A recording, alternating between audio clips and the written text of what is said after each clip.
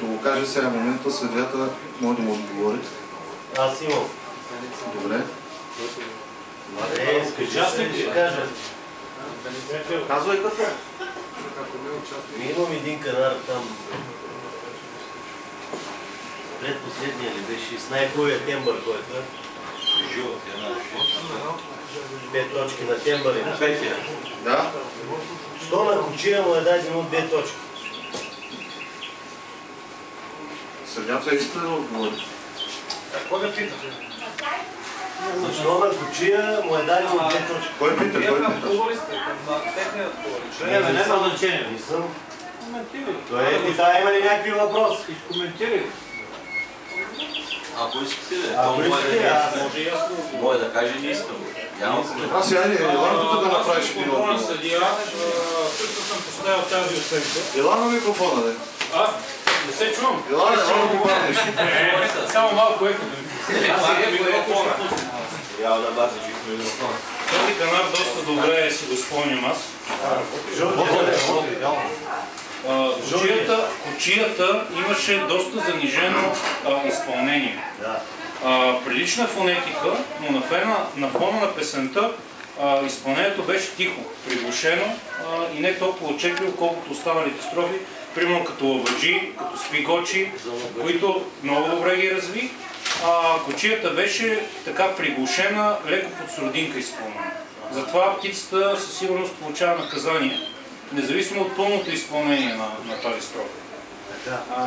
Така че от общия фон на песента това изпълнение беше занижено и няма как да бъде оценено за максимална точка. Иначе е пълно изпълнение, повтори кучия. Добре, втори въпрос имам. На тик-трик, кухня, при изпълнени два пълни елемента от хроника. Да. Защо е 3 точки? На кой канал? На същия? На същия канал. Изпълнението като не е добро, трябва да си взема... Разделена строфа. Тик-тик. Не, той кухня изобщо не пусна. Как да не Чай да си взема пич. Добре, да. разделено. Тик-тик-тик. Оценява се тик-тик. Кухнята не се изобщо. Ако не го е пял? Ако е пял само кухня, значи приоритет се дава на тропане. На тик-тик-тик. Значи, колеги, начина на оценяване в КНАП е следния. Има понятието разделени изпълнения, прекъснати изпълнения. Оценката не е сума от всичките елементи на, от всичките засегнати елементи в песента, а от последователните елементи. В случая на Северния Славей, ако направи първото подчукване и кухя, това ще доведе до оценяване на или на първото подчукване, или на кухята, защото това е прекъснато изпълнение. Ясно, добре, на лабаджи, Джор, къде беше прекъснато тук 5 точки тогава? По тази логика. На тази птица лабаджито го помням изключително добре. Да, то беше най-перфектно. Изключително добре завъртане на лабаджито. Да, с завършика. Метота. Джора обаче беше по-дълбок отколкото трябва, по-провлачен и куика също. Темпото на изпълнение на втората и третата част беше извън оптимума и повече наподобяваше фиското на Джора, който е вече помереното темпо и по-дълбокият Джор. Това е разликата, една от разликите.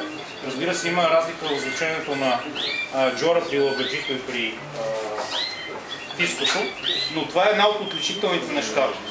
При лабаджито темпото трябва да е леко към бързо към умерено, но със сигурност по-бързо, отколкото при Джора. И дълбочината на звука е съвсем различна. Тук се гони една темповост. Точно така. Там имаше доближаване до Джора на фиското. И това получава... Нямаше нищо общо с фиското. Честно ти казвам. Значи, джоркането на лабаджито нямаше нищо общо с фиското. Казвам доближава, аз не казвам еднакво. Поради тази причина тази оценка не можеше да е, как да кажа, пълна оценка. И наказанието е Най-интересно е, че няма претенции. се подвежда. Безспокойно да е. Няма значение сега. Какво да има? Трябва да го чуеш вътре. Ние нищо не може да променим, просто Станил каза някакви въпроси и казваме, питам и това е. Добре. Претенции. Значи, айде да преминем колеги към награждаване.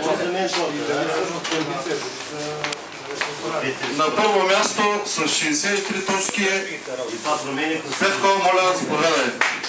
Браво!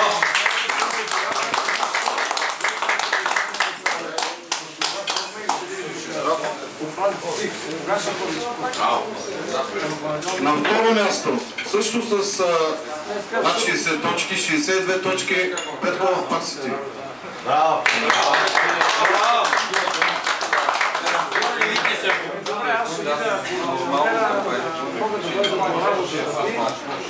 На трето място с 55 точки, Саше, моля, заповядай. Браво, Саше!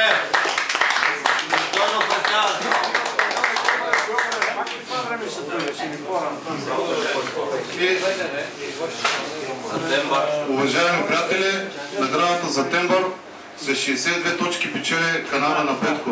Петко, браво!